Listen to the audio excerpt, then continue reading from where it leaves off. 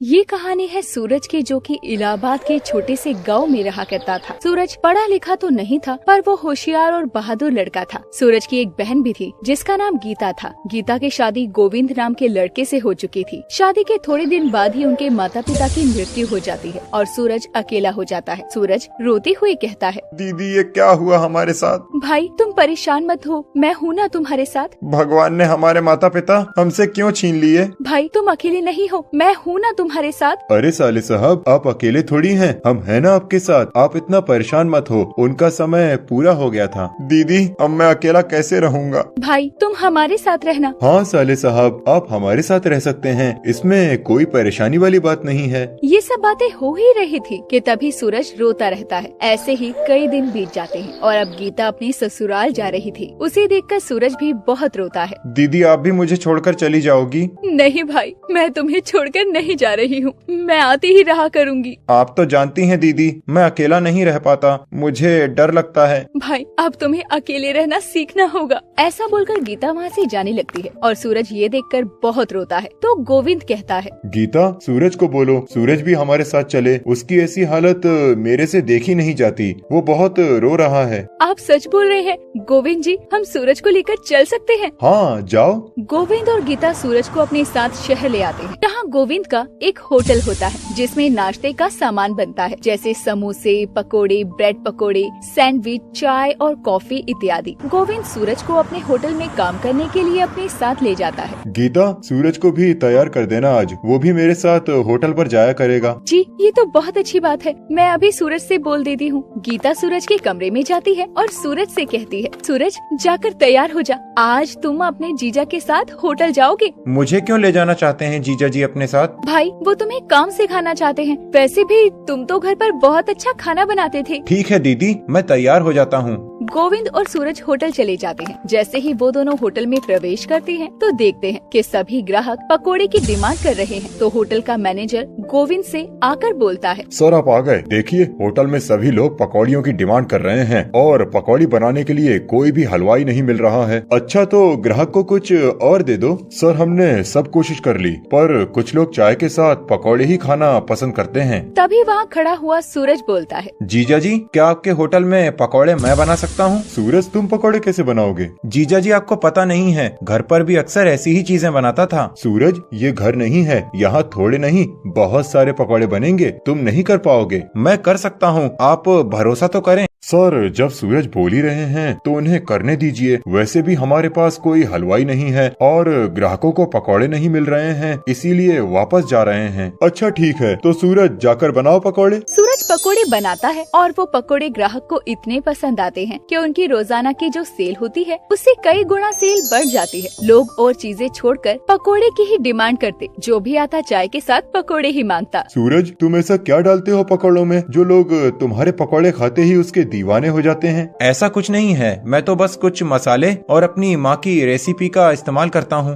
बहुत अच्छे, ऐसे ही काम करते रहो। होटल में काम बढ़ जाने की वजह से सूरज अकेले सारे पकोड़े नहीं बना पा रहा था, इसीलिए वो एक लड़के को सूरज की मदद के लिए रखते हैं, जिसका नाम रवि था। रवि बहुत तेज और चालाक होता है। वो सूरज को पकोड़े बनाने में मदद करते करते धीरे धीरे पकोड़े बनाना सीख लेता है। फिर एक दिन, सूरज भाई लगता है आज तो पकौड़ों की सेल इतनी नहीं होगी, लोग बहुत कम हैं। सही कह रहे हो, आज तो लोग बहुत कम दिख रहे हैं होटल में। हे मेरे पैसे कहाँ गए? किसने लिए? किसकी इतनी हिम्मत हुई कि उसने चोरी की? गोविंद की आवाज सुनकर सभी लोग गोविंद के ऑफिस में जाते हैं तो देखते हैं कि गोविंद के ऑफिस में चोरी हुई थी और ये चोरी रवि करता है। पर रवि इस चोरी में सूरज का नाम लगा देता है। तभी गुस्से में आकर गोविंद उसे होटल से भगा देता है। निकल जा मेरे होटल से, मैंने तुझे सहारा दिया, तूने मुझे ही नुकसान पहुंचाना चाहा। जीजा जी मैंने ऐसा कुछ नहीं किया है, आप यकीन करें मेरा, मैं ऐसा लड़का नहीं हूँ। निकल रहे हो या मैं पुलिस को बुलाऊं?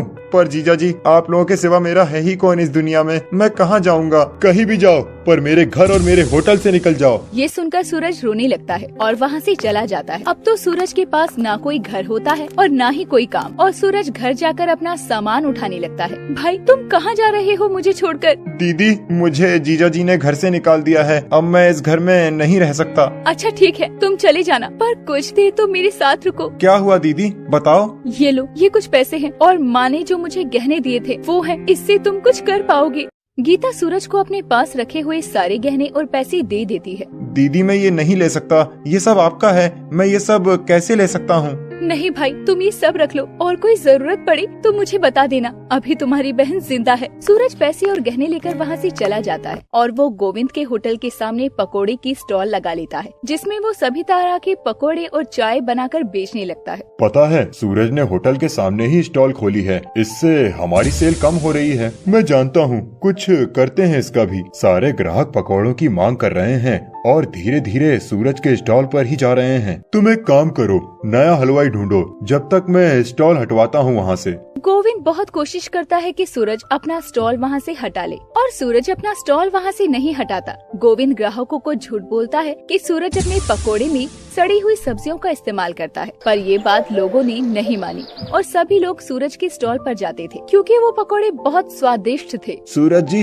आपके जैसे पकोड़े तो कहीं नहीं मिलते, बहुत स्वादिष्ट पकोड़े बनाते हो। धन्यवाद जी। सूरज के स्टॉल पर कस्टमर की भीड़ देखकर गोविंद को बहुत बुरा लगता है, इसीलिए वो पुलिस को कंप्लेंट करता है। जैसे ही पुलिस सूरज के स्टॉल पर आती है तो वहाँ से वो उसे हटा रही होती है। तभी सूरज बोलता है, हटाओ स्टॉल का यहाँ से। किसकी है ये स्टॉल? साहब मैं बहुत गरीब हूँ, मेरे पास स्टॉल के सिवा कुछ नहीं है, इसे मत हटाओ। उस दिन तो सूरज अपने स्टॉल को वहाँ से हटा लेता है, पर वो आराम से नहीं बैठता और वो गोविंद के होटल में भी पुलिस कार्यवाही करवाता है, जिससे पता चलता है कि होटल में जो चोरी हुई वो रवि ने की थी, न कि सूरज ने। ये बात गोविंद को जब पता चलती है तो वो बहुत पछताते हैं और सूरज को बुलवाते हैं। मुझे माफ कर दो सूरज, मुझे तुम पर भरोसा करना चाहिए था। मैं रवि की बातों में आकर तुमसे बहुत गलत बोला। आप माफी मत मांगे जीजा जी, आपको जो दिखाया गया आपने वही देखा, आपकी गलती नहीं है। तुम बहुत अच्छे हो सूरज, अब से तुम मेरे साथ होटल में ही काम करोगे और हमारे साथ ही रहोगे। जीजा जी, अब मैं आपकी ये बात नहीं मान सकता।